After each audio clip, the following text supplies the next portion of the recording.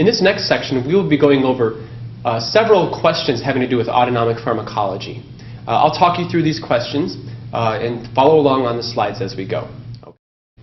Now we'll go over a few cases and questions that you'll likely to see on the USMLE Step 1. For question number 1, we will analyze blood pressure and heart rate after certain medications are given to patients.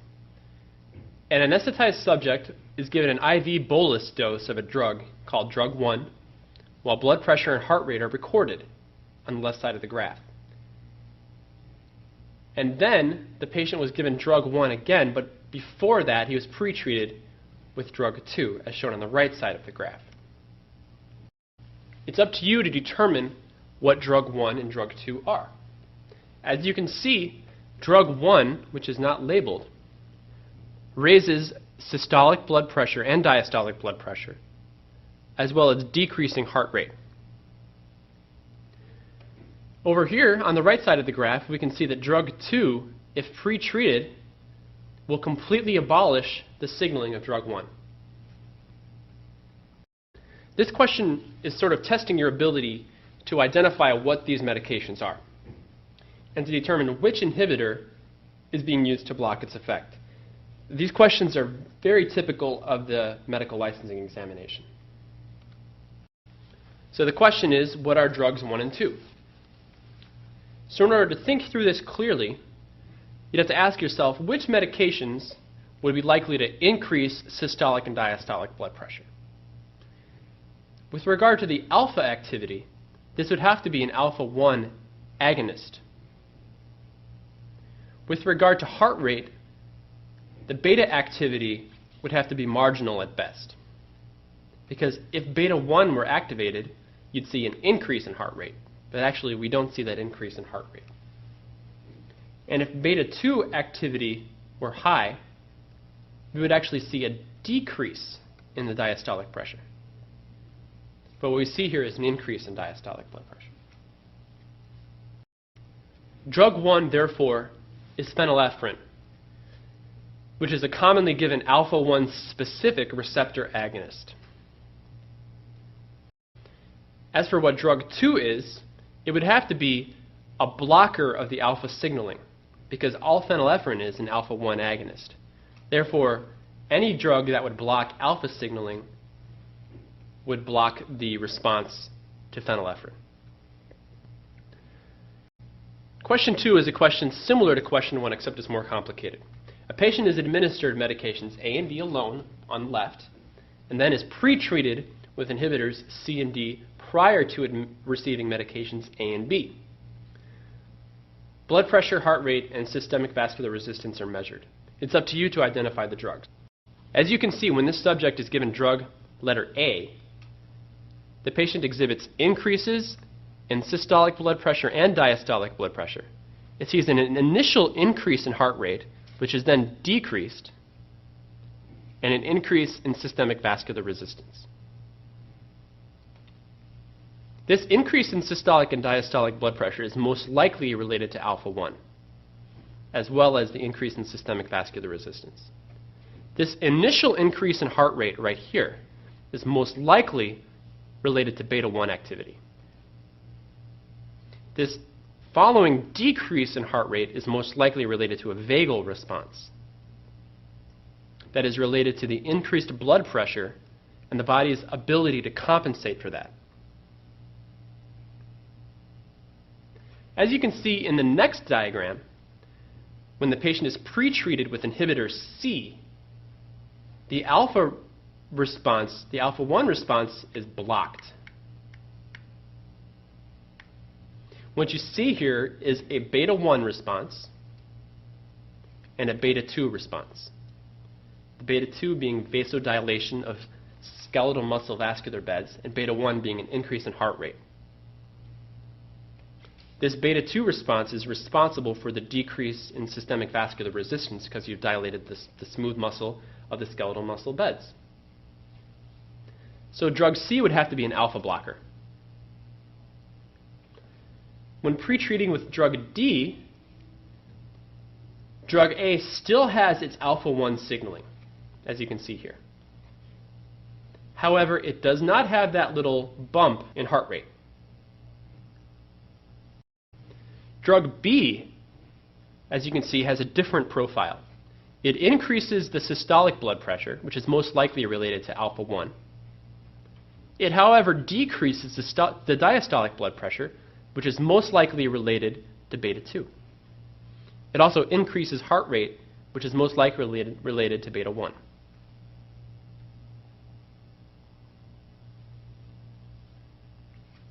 It has a slight increase in systemic vascular resistance that's most likely related to a combination of alpha-1 and beta-2 activity.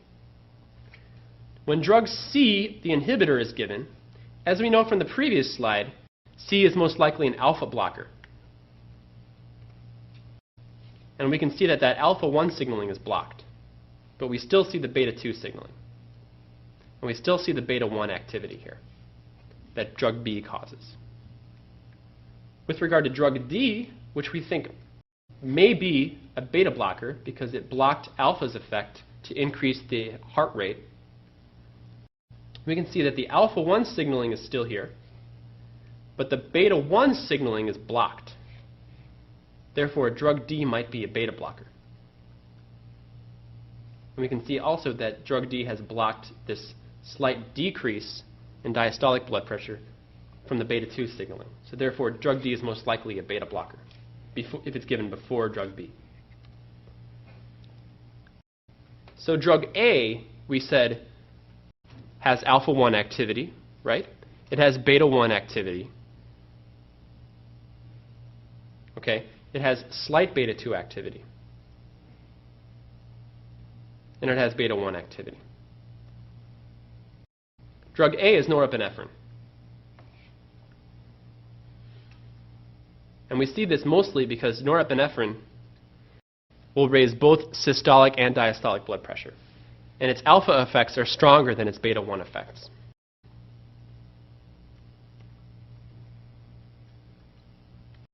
Remember, potent activity at alpha receptors and beta-1 receptors, but very little activity at beta-2 receptors.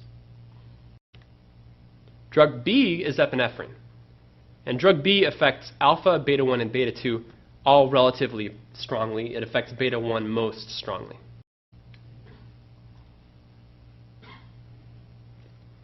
And it has prominent actions on the heart and the vascular smooth muscle. Drug C, as we talked about, is an alpha blocker, phentolamine.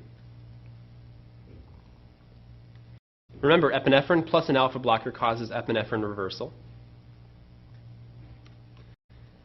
And norepinephrine plus an alpha blocker will block the pressor effects of norepinephrine, which reveals the beta-1 effects.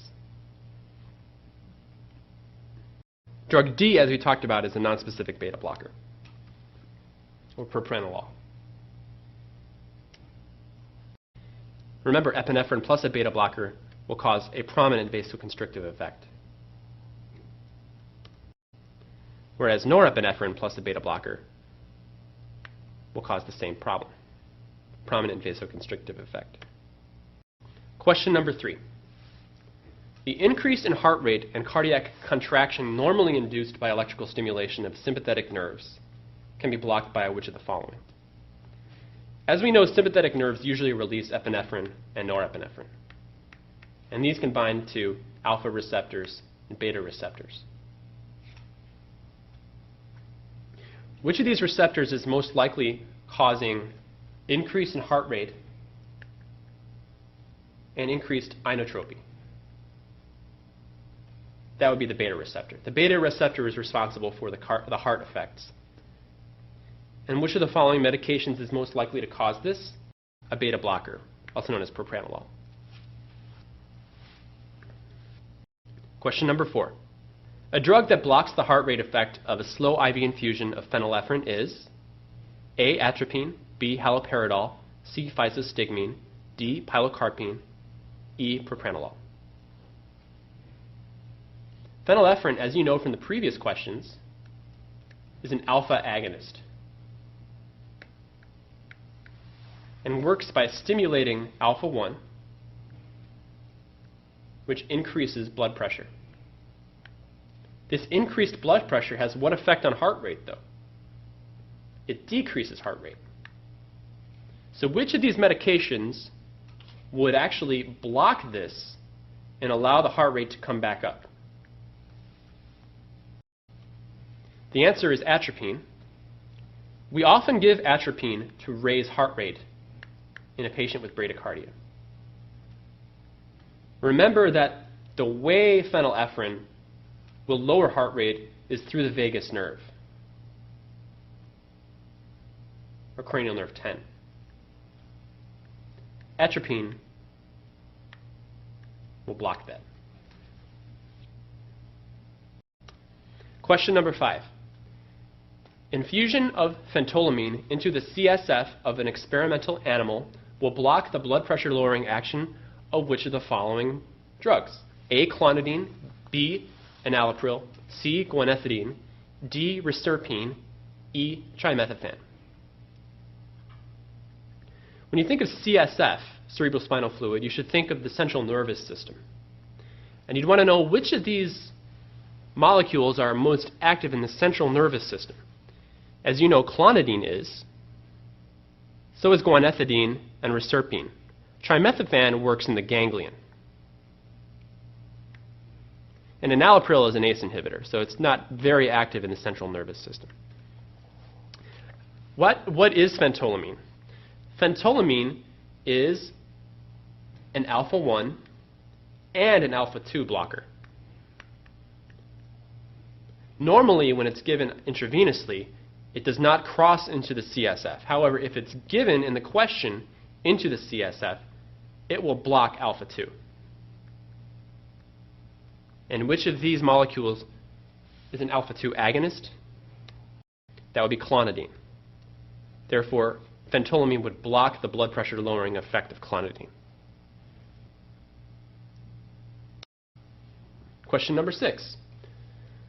The pharmacokinetic characteristics of several hydantoin derivatives, each with anticonvulsant activity equal to phenytoin, are examined in phase 1 trials. The rationale was to identify a drug with more desirable kinetic properties than those of phenytoin. Which of the following drugs has the optimal pharmacokinetic properties for oral use in the management of seizures with F equaling bioavailability? This is a question that tests your ability to understand what are the desirable properties for controlling seizures. If this medication is to be given orally, what would you like the bioavailability to be? Would you like it to be high, or would you like it to be low?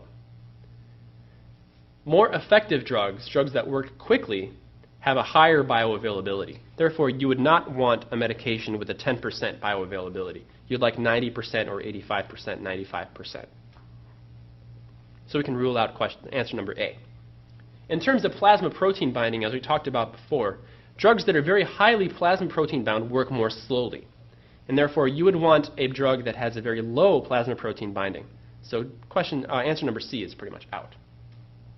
In terms of kinetics, we talked about which medications are more easily dosed, and we mentioned that drugs that are first order generally are easier to dose because they're easier to keep in the therapeutic range. Therefore, you would not want the zero order medication.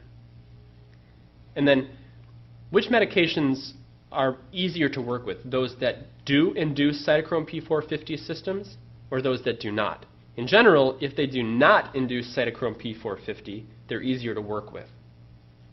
And therefore, we can rule out the ones that do induce cytochrome P450. So the best drug here is D. And the reason is that it's got a high bioavailability, it's low plasma protein binding, it's first order kinetics, which makes it easy to dose, and it does not induce cytochrome P450, which makes dosing with multiple medications more complicated.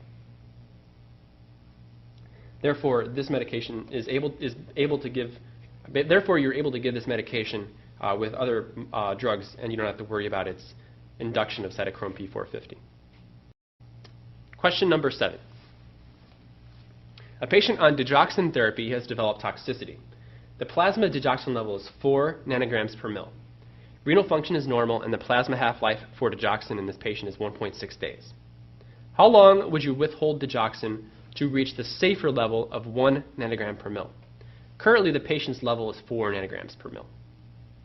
How many half-lives is it going to take to reach 1? it would take the patient one half-life to go from 4 to 2. That would be 1.6 days, as it said here. It would take another 1.6 days to go from 2 to 1.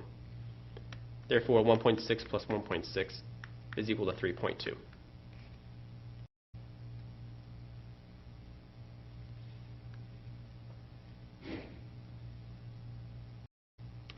And the answer is 3.2.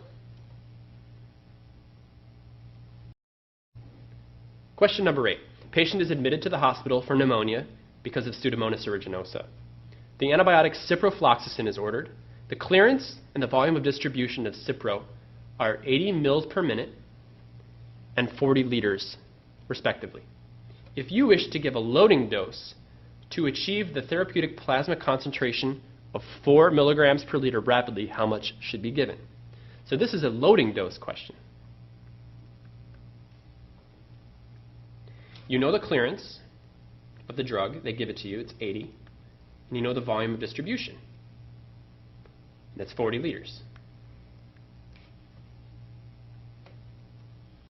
The loading dose is equal to the volume of distribution times the desired plasma protein concentration. The volume of distribution is 40, and the desired plasma protein concentration is 4. Or desired plasma concentration is 4.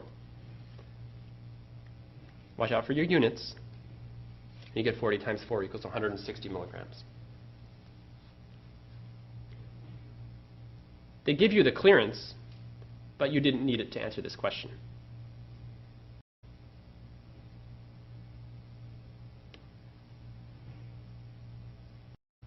Question number 9 is the same question. However, instead of giving the drug intravenously, we're going to give the drug orally. And they tell us that the bioavailability of this drug is 0.5. This means that the drug is only half as powerful when given by mouth as it is by given intravenously. Therefore, thinking intuitively, we'd have to take that 160 milligrams that we achieved by multiplying the volume of distribution times the desired plasma concentration and divide it by 0.5, which is actually like multiplying by 2. So we'd have to give twice as much medication if we were going to give it PO, or by mouth, as if we were going to give it intravenously, because the bioavailability is only half. So the answer is 320. Question number 10. Patient was admitted to the emergency room 2 hours after taking an overdose of phenobarbital. The plasma level at the time of admission is 100. And the apparent volume of distribution, the half-life, and the clearance of phenobarb are 35, 4 days, and 6.1 liters per day, respectively. The question is, how much was ingested?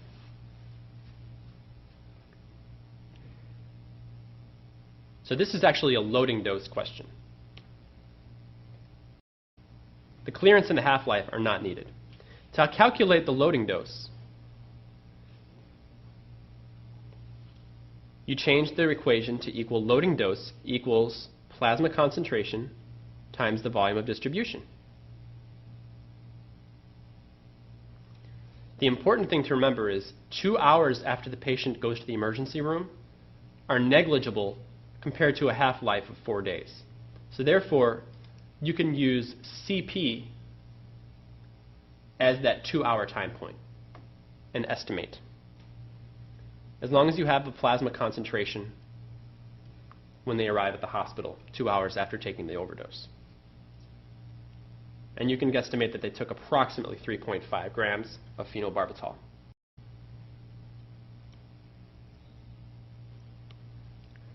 Question number 11. You wish to administer gentamicin for suspected gram-negative sepsis in a 55-year-old male. He weighs 110 kilograms and is 40 kilograms above his lean body weight. Your farm manual suggests that the dosing weight for gentamicin should be calculated with the following formula. Dosing weight equals lean body weight plus 1/4 times the obese weight. You find that the volume of distribution of gentamicin is 0.3 and the half-life is 2 hours. based on this information, what would be the appropriate loading dose, assuming that you desire a plasma concentration of 7 milligrams per mil? So first we have to calculate the dosing weight. And that's equal to the lean body weight, which we have, 70 kilograms, plus 1/4 of the obese weight.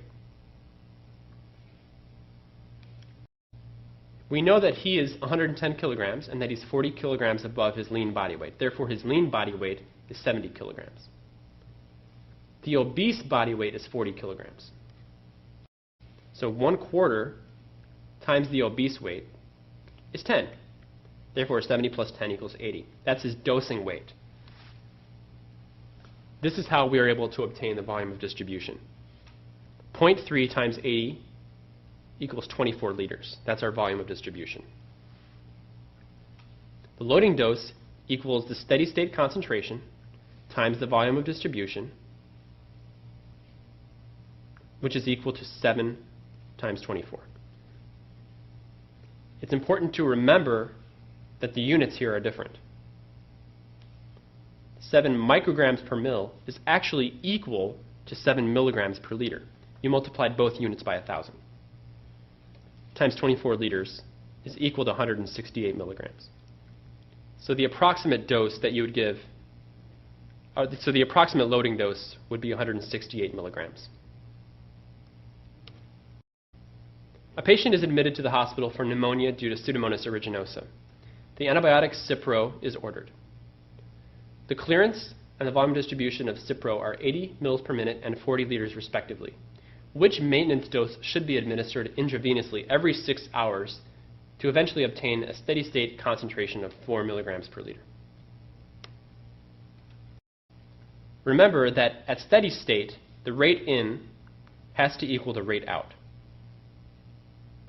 And remember that the rate out at the steady state is equal to the plasma concentration times the clearance. So the dosing rate is going to be equal to 4 milligrams per liter times 80 mils per minute, which are the clearance and the plasma concentration. Remember your units. It's important to convert milliliters to liters. 4 times 0.08 will give you 0.32 milligrams per minute. But the question asked about every 6 hours. So therefore, you have to multiply this times 6 for the hours and times 60 minutes per hour. That'll give you 115 milligrams every 6 hours.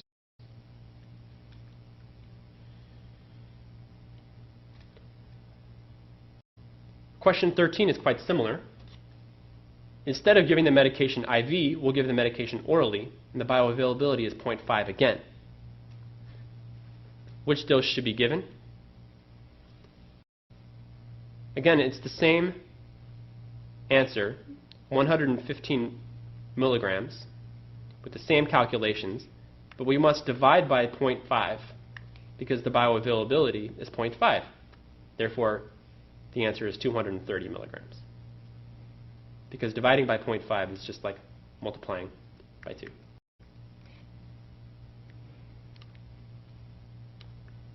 Question 14. Patient with an arrhythmia is to receive lidocaine by a constant IV infusion. The target plasma concentration is 3 milligrams per liter. The pharmacokinetic parameters for lidocaine in the general population are the volume of distribution of 70 liters, clearance of 35 liters per hour, and a half-life of 1.4 hours. The infusion is begun. The plasma concentration of lidocaine is measured 2.8 hours later, which is 2 half-lives, and is reported to be 1.5 milligrams per liter. This indicates that the final steady-state plasma concentration in this patient will be. This is sort of a tricky question, and it's meant to test your ability to remember that after 2 half-lives, it's generally understood that the current concentration would be 75% of the steady state. If after 2 half-lives, which 2.8 hours is, you are at 1.5 milligrams per liter, that is 75% of your steady state concentration. if 1.5 milligrams per liter is 75, then 2.0 is 100%. As you can see, 2.0 milligrams per liter is less than what your target was. And as you can see here in this chart, after 2 half-lives, the plasma concentration is 75% always of what your final plateau concentration will be. This is a general concept of half-lives that is something that you should memorize. No matter what the drug is, no matter what the half-life is, as long as there are first-order elimination kinetics, after 2 half-lives, if the drug is being continuously administered, the plasma concentration at that point, at 2 half-lives, will always be 75% of the maximum. So if this equals 1.5, then this equals 2. And this equals 1, and this equals 0.5. Okay. Question 15. For this data, calculate the volume of distribution, assuming that the loading dose is 200. This question is testing your ability to figure out what the C0 is. And as you know, all you have to do is extrapolate this curve back along the elimination phase, and that will tell you what your C0 is. Remember, C0 is a false number, and in this case, the C0 is 10.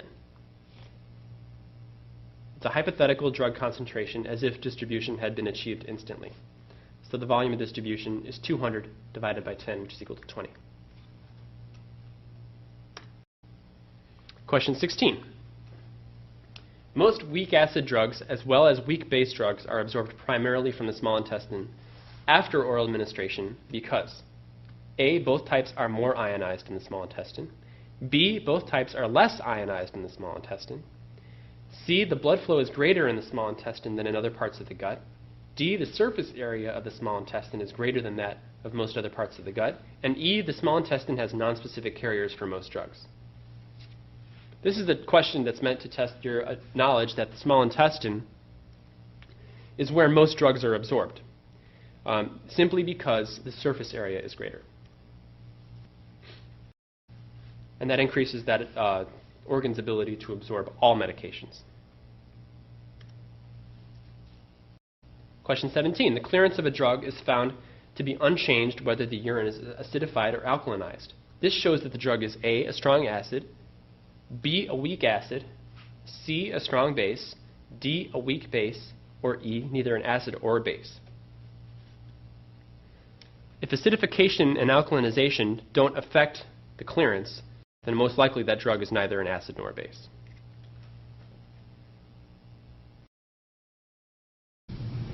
This is the end of the autonomic and general pharmacology questions section. The next section will involve toxicology.